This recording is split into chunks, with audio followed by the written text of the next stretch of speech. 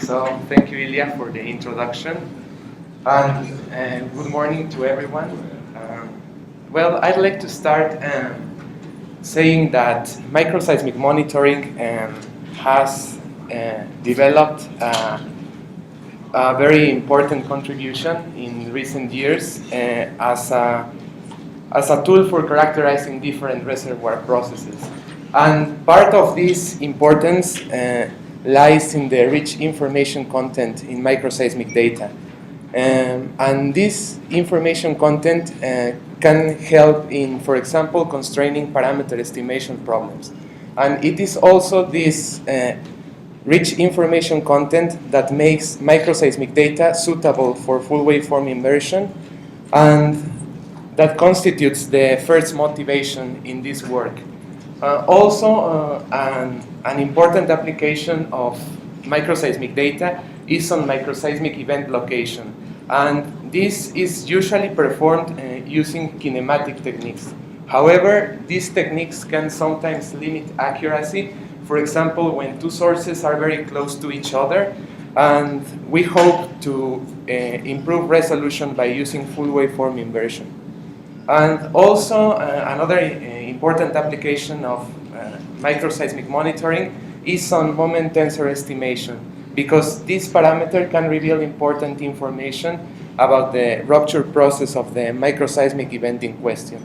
And finally, the last motivation for this work is the large progress that full waveform inversion and adjoint methods have experienced in the last several years in both global seismology and exploration seismology, and in tomographic velocity analysis and source-related inverse problems. So now let's consider, for example, an elastic medium and a microseismic event that is triggered in the subsurface. After this, waves start propagating through the medium according to the elastic and possibly anisotropic wave equation that you see here. And also, if we want to account for the source mechanism of this microseismic event, we can use the seismic moment tensor that you see here. And also, if we want to incorporate this seismic moment tensor into the wave equation, then we have to make use of the notion of equivalent body force, and the result of such consideration is the wave equation that you see here. For our specific problem, to simplify things, instead of using this 3D representation of the moment tensor that you see here, we can use a 2D representation in the vertical x1, x3 plane. And in general, microseismic events can have different source mechanisms, but one that we commonly encounter is the double couple source or dislocation-type source. And the expression that you see here corresponds to a microseismic event with a horizontal fault plane. And in isotropic and VTI media, the elements of this tensor are proportional to the stiffness coefficient C55. If we, for example, want to rotate this originally horizontal microseismic event by a certain angle, then the off-diagonal components of the moment tensor here can become non-zero. And in the case of VTI media, they are no longer a function of the stiffness coefficient C55, but of a different combination of the stiffness coefficients. Now, based on these considerations, we wanted to reproduce this behavior, and to do that, we performed forward modeling by using a 2D elastic finite difference algorithm that can handle different moment tensor sources in the vertical x1, x3 plane. And also we use arbitrary fault plane orientations. And now I'd like to show you the results of our forward modeling procedure. First for a horizontal double couple in isotropic and VTI media. And on the right hand side you can see the the anisotropic coefficients epsilon, delta, and sigma. And you can also see that for the SB wavefront, we have triplications. This is because the parameter sigma that is responsible of the kinematic signatures of SB waves is large. Then we repeated the forward modeling for a deep angle of 45 degrees, and then for a deep angle of 90 degrees. And based on this modeling results, then we moved on to the inversion, to the inverse problem itself. And as input data for this inverse problem, we use the P and SB waves generated by a microseismic event that help us generate the vertical and horizontal components that we need in the inversion, U1 and U3. Also, we design inversion in such a way that we can invert for a total of 5 model parameters, 2 source coordinates, x1 and x3, and 3 moment tensor elements, m11, m13, and m33. Also, it's important to mention here that we assume that the background VTI velocity model is known, and that we also know the source signature of the function and the origin time. And here I showed you the objective function that we chose to minimize in our inverse problem. That is the least squares objective function. That is just the L2 norm of the data residuals. And in order to minimize this function, we are planning to use the conjugate gradient method that at each iteration requires the computation of the gradient of this objective function with respect to the model parameters. And one way to do this calculation is by means of the Frechet derivatives. However, this process can be very computationally expensive if the number of model parameters in the inversion is large, because for each perturbation in each model parameter we need to perform one forward modeling simulation. And because of this, instead of computing the Frechet derivatives, we chose to use the adjoint-state method, since the process for the entire set of model parameters takes place in just 2 forward modeling simulations. And this adjoint-state method is widely used in exploration and global seismology, and it involves 4 main steps. First, computation of the state variable, then computation of the adjoint source, adjoint state variable, and finally gradient computation. And for the first step in this method, that is calculation of the state variable, we use the elastic and isotropic wave equation that I described previously. And then for the second step, that is calculation of the adjoint source, we have, if you remember, this is the objective function that we have defined. And if we take the derivative of this objective function with respect to the state variable that we defined in the previous slide, we get the expression for the adjoint source.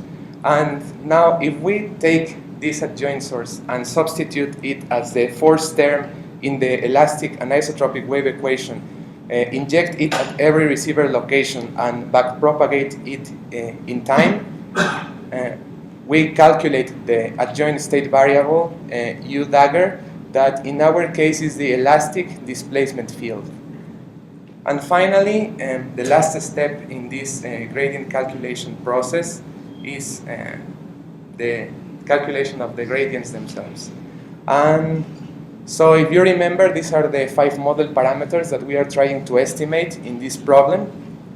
And these 5 model parameters give a gradient vector that has 5 elements, and each element in this gradient is just a scalar. So each derivative that you see in this gradient is calculated by using these expressions obtained by Kim and others in 2011. And in these expressions, the tensor epsilon is the adjoint strain tensor that requires the spatial derivatives with respect to the adjoint wavefield. And the 2 dot The two-dot operator that you see in the second expression is the inner product between tensors m and tensor epsilon. And something very important to remember from these expressions is that the value of the derivative it has to be evaluated only at the location of the trial source in our inverse problem. So based on these expressions, we performed several tests using different models. The first one of them for a dislocation type source in a homogeneous VTI medium with the source receiver geometry that you see here.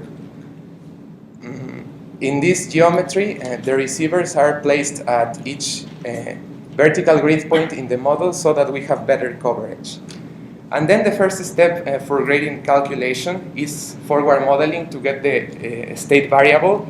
And on this slide, you can see on the left-hand side the modeling process for our actual source that is a microseismic event with a horizontal fault plane, and on the right-hand side for our trial source that is a microseismic event with a fault plane rotated by 90 degrees.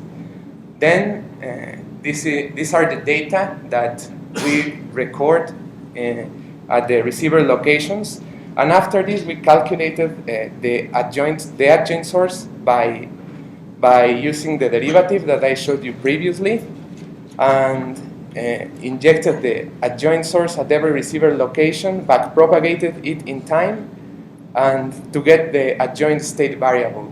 And here on these snapshots you can see that the adjoint state variable is propagating backwards in time, and on the right hand side around 0.46 seconds the adjoint wavefield focuses at the location of our actual and trial sources. That is precisely where the perturbation in the model parameters is located. Then the next step is the calculation of the gradients with expressions that I defined previously.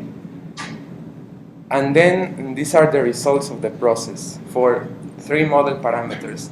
And here it is important to notice that the derivative with respect to the model parameter M13 is 3 orders of magnitude larger than the other 2, which means that the value for this specific model parameter needs to be updated more than the other 2, which makes sense since this M13 is the only parameter that we are modifying in this problem. Then we performed a second test in the layered VTI medium that you see here with the anisotropic coefficients and density constant throughout this model, and we just have different vertical velocities. Then we follow the same methodology as in the previous example, and these are the results for the derivatives with respect to the moment tensor elements. And again, the derivative with respect to M13 is 3 orders of magnitude larger than the other 2, because we are using exactly the same actual and trial sources than in the previous example. Then, in the next experiment, instead of modifying the moment tensor, we modified the position of the trial source and kept the source mechanism constant. And after following the same procedure as in the 2 previous experiments, with this time we see that the adjoint wavefield focuses at 2 different locations that correspond to the positions of our actual and trial sources. And then we continued with the gradient calculation, but this time instead of showing you just the numbers, I'd like to show you this map for the derivative with respect to the moment tensor element M11. And from this map, I'd like to remind you that we only need the value of the derivative at the location of the trial source indicated by the blue color here. And then a similar thing for the parameter M13, and something similar for the parameter M33. But now for the derivatives with respect to the source coordinates, this time I show you 2 panels so that you can see better what happens. Again, I'd like to remind you that we only need the value of the derivative at the location of our trial source. Then if we take the value of the derivative at the location of the trial source, and if we are sufficiently close to the actual source location, then the values of the derivative will point in the steepest descent direction, indicated in this slide by the orange arrows. And this steepest descent direction is also the same direction as model update. And as we perform inversion with iteration, well, as we perform inversion in the future with iterations, the model update will take us eventually to the actual source location. And then in the next experiment, we added an additional trial source and an additional actual source. And this time we see that the wavefield focuses at 4 different locations. And the focusing on the far right is just an artifact of propagation. And again, we only need the value of the derivative at the position of the trial sources. And from this focusing of the adjoint wavefield, we can also improve our initial guess for the actual source location. And then the final experiment that we call hidden source. In this experiment, the observed data were produced by 2 actual sources, but we are only considering 1 trial source. And after we compute the adjoint-state variable, this time we see that the wavefield focuses at 3 different locations. But however, we were just expecting 2 focusing locations. Therefore, we can say that the third focusing in this snapshot is due to another actual source that we were not taking into account. And based on this information, we can formulate a new prediction that includes the correct number of actual and trial sources, and in addition we can improve the location of the initial guess in our trial model. So to summarize this presentation, our goal is to perform a full waveform inversion for microseismic data, and here we start by calculating the gradients from the adjoint-state method for 2 different types of parameters, source location and moment tensor. We perform different tests using homogeneous and layered VTI media, and also we use single and multiple sources. And finally, we show that the adjoint wavefield can help us detect the presence of additional actual sources that are not present in our initial trial model. And in the future, we would like to implement the conjugate gradient method for inversion with the challenge that we are dealing with different types of parameters. And therefore, we have to find a correct scaling factor that ensures that every derivative contributes to the gradient in a similar way. And finally, we would like to include the interval VTI parameters in this inversion, and also the origin time of the earthquake, to take full advantage of the adjoint-state method. And at this point, I'd like to acknowledge Dr. Vladimir Grechka from Marathon Oil for suggesting the project and for making significant contributions, and also to Esteban, Nishant, Francesco, and Steve for their technical assistance with Madagascar, that is the software that we use in all these experiments, and also for some ideas for the formulation of the adjoint problem. Also, Dr. Jeroen Tromp from Princeton University for helping us with some issues with gradient calculation. And finally, CWP and A-Team for their support. So that's all, and I'll be glad to answer your questions. Thank you very much.